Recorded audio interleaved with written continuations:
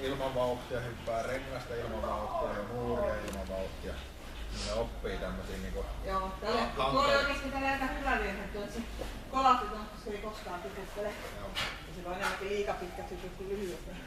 Sitten se jarrutti, vaikka mä en kyllä jarruttanut. Niin kuin olisi pitää.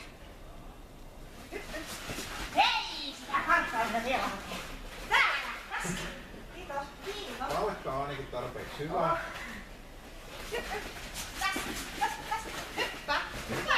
Yes. Hyvä. Sitten voidaan jatkaa siitä. Kata sieltä kulmasta putkeen, sitten lähdetään tonne. Sitten se oli tuonne päin. Joo. Mä en muista mitä se vielä, kun se piti tehdä. Siihen se ylivekki varmaan voisi olla semmonen, mitä koskaan tehdä.